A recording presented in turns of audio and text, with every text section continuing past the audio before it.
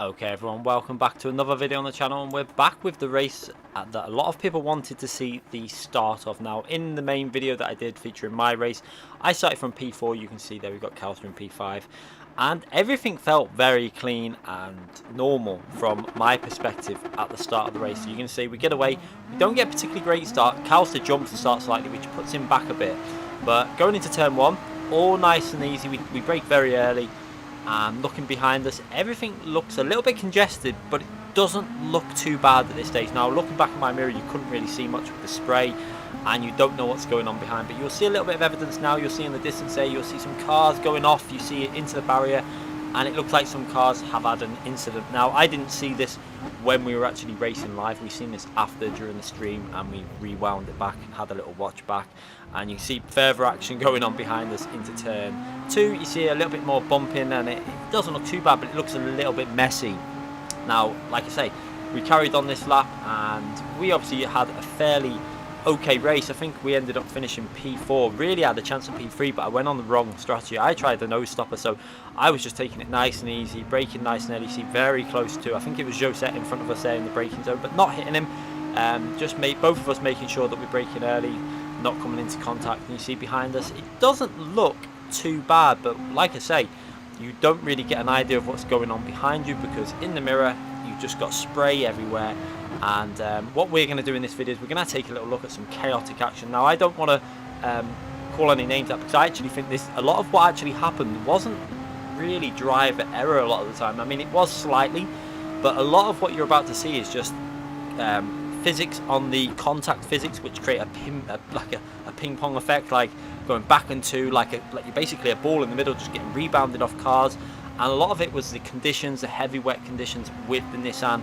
This car was one of them cars, and Red Bull Ring is actually, with a lot of off-camber corners, if you brake even a fraction late in wet conditions, you end up just running all the way off, and you're basically traveling that much faster, because reaction time and everything, it really does exaggerate the problem. So I don't think it was particularly driver error a lot of the time. It was, some of it was possibly, you know, they could have took it a little bit easier. This is how it started. We're running on board with Devil now, going up the main straight, and what you're going to see is a pinball effect, that you know, literally bouncing off each other, and you know, it's good for Devil there. But watch it again now from the Spanish driver's view. It's basically contact physics. You'll see contacts going off, and this is like pretty crazy to see this type of stuff in top split, because you normally expect this in daily racing.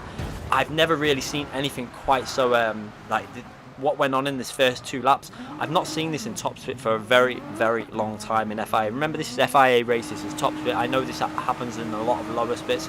But then we go into the next corner, and what you can see driving back on board with Devil, and we have Dilster coming through, misses his braking completely, drifting into the corner, rams another car, and it's all just contact. It is basically, you know, it is like a pinball machine, bouncing off each other, and pretty chaotic driving. But you know, it carries on, and this doesn't end. You know, this kind of driving carries on for a few laps. But like I say, I don't think you can 100% blame an individual driver. As we see another car getting punted off, what we think is punted off, but watch what happens here. Perpy doesn't deserve that penalty, and we're going to watch why now. Going into the braking zone, you're going to see driving on board with the driver that looks like he gets punted, but actually he, I think, is the cause of it, because he brakes too late, and I think he actually hits Calcer. You're going to see the rear of Calcer's car pop up now, and then it's the physics again, rebounds him straight back into Perpy, and it looks like the game thinks that Perpy has knocked this driver off, when in fact he hasn't. We'll slow this down now, and you'll see what I'm talking about. So in slow motion, you're going to see another incident. Again, it's just people driving too aggressive. You know, this is an opening few laps. You've got to be cautious on the brakes. You've got to be very, you know, aware that people are going to brake early, and he brakes too late, hits Calster. He may have only missed his braking though. This is that corner is one of the hardest corners to get right in wet conditions in this car. You miss your braking by half an inch, and you know, even like a foot, and you go into the back of a car. You see again, hits Calster, rebounds off. TRL driver has nothing really he can do in that situation, and he picks up a 5-second penalty for not really anything that he could get out of the way of. And then we see Dilster again hitting the car in front, then turning in on Devil. Devil in this was very unlucky, because Devil was actually minding his own business and driving fairly, you know, clean, and just trying to stay out of trouble, but he was just getting caught up in a lot of mayhem on this opening lap. And also Calcer just got away with that on with the hit that he had. I think he actually may have just tapped a car in front of him or just managed to stop it and got away without any massive loss of time. But you can see there the TRL driver having to take a massive penalty through no fault of his own. So again, penalty system, contact physics is something they need to work on in the next game. We want to see better contact physics, because the rebounding effect that cars have in this game, I think, is something they really need to work on. You know, the way cars will just rebound off another car and then suddenly stop back. It's very similar to what happened to me at Tokyo when I think it was Sonic had hit a car and then he just suddenly stops, and then you end up with it's just like that pinball effect. You're bouncing from each other, and it's something that I hope they work on as we now follow into the next lap. And the action does not stop for lap 2. It carries on with probably one of the biggest shadow realm entries I've ever seen in top split driving. It's crazy. I mean, when we watched this live on stream, I was actually laughing because it was quite insane. So we see Calster getting punted off at the top of the hill, then Dilster driving through and knocking his way through a bit. Again, this is overly aggressive driving in a way, but I don't think it's not like it's deliberate. It's just the conditions, people wanting to get their way through the traffic, wanting to get out. If everyone was just drove it a little bit smoother, we wouldn't have had this. But then it is actually quite entertaining as we go into the braking zone and we see 3x3 there. Calster on the middle there, getting a bit unlucky. I think Dilster actually dived Calster quite badly there. Just went for a gap that wasn't quite there, and I think he actually outbraked himself, and Calster just saw it late enough and got out of the way. I think if he would have held that inside line, I think Calster would have got punted off in that corner. But then we carry on the action here now, and this is leading up to one of the biggest Shadow Realm entries I've ever seen in a top split race. You're going to see going through the left hand at a Red Bull Ring now. Then you get on the power, and this is an area where you don't want contact, because this is a fast corner and you're going into this corner very fast, and in heavyweight conditions what you're going to see now is that effect where the contact physics happen again, and watch Fatal completely wipe that driver out. That was a massive contact. Fatal's off and the other driver is into the barrier, and we'll take a look at that again. Quite dreadful driving, but again, it's not really, if you watch it, it's not 100% Fatal's fault because it's kind of contact. But let's go back and have a little look how it started. So Dilster going for that mad overtake. I think he just outbraked himself, causing himself to go up the inside there. Then we have everyone bunching back up together, so this is causing, it's like a knock-on effect. Everyone gets close up together again. Riding on board with Cal, so you're going to see looking back, a car going up the inside onto Fatal. Again, there's a bit of contact. There's, you know, it's all a little bit messy for a top split, and then Fatal goes onto the grass, causes himself to go behind, but that gives him the inside line. Another car's fighting on the inside. There's contact going on. There's barging going on.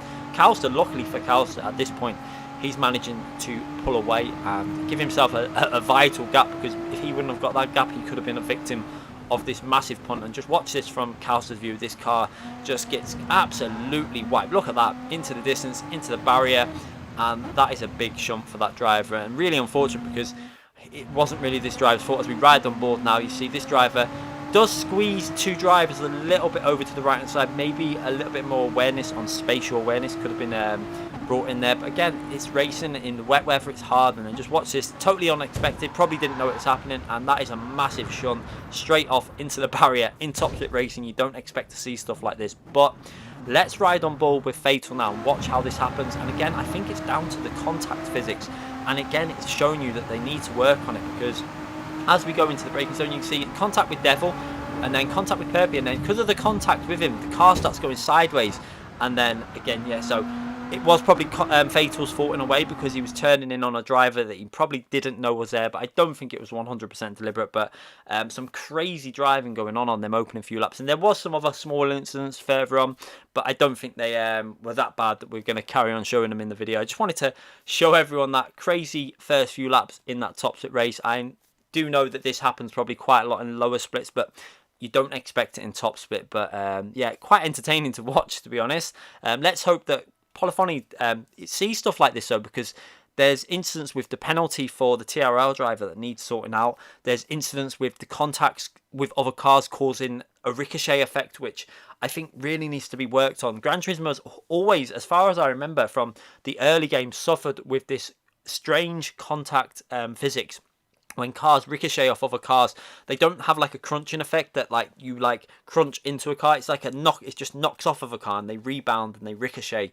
and it ends up causing more and more incidents in a race. So let's hope Polyphony do something with that with the next Gran Turismo. I'm really hoping they do sort something out with the extra power that the PlayStation 5 will bring, to add some more in-depth physics to contact and car collisions, because it causes a lot of knock-on effects. You've seen in that race, I think half of them incidents were because of just ricochet effects. Without them, you would have probably wouldn't have even looked that bad, them opening 2 laps in that race. But yeah, quite eventful for a top split. I know a lot of people wanted to see all this in the race because I did mention about the opening 2 laps being pretty chaotic. But again, I don't think it was 100% bad driving. I think it was just a mixture of unlucky stuff, ricochets, and people just trying to find space, and it was a bit unfortunate. But anyway, I hope you enjoyed that very quick video. Wanted to show you the chaotic starts. It does happen in top splits. It's not just the lower splits this goes on. It does happen in top splits as well. Anyway, thanks for watching this video. Hope you enjoyed it. Subscribe with the button there on the screen, and also if you want to watch a further video, carry on watching.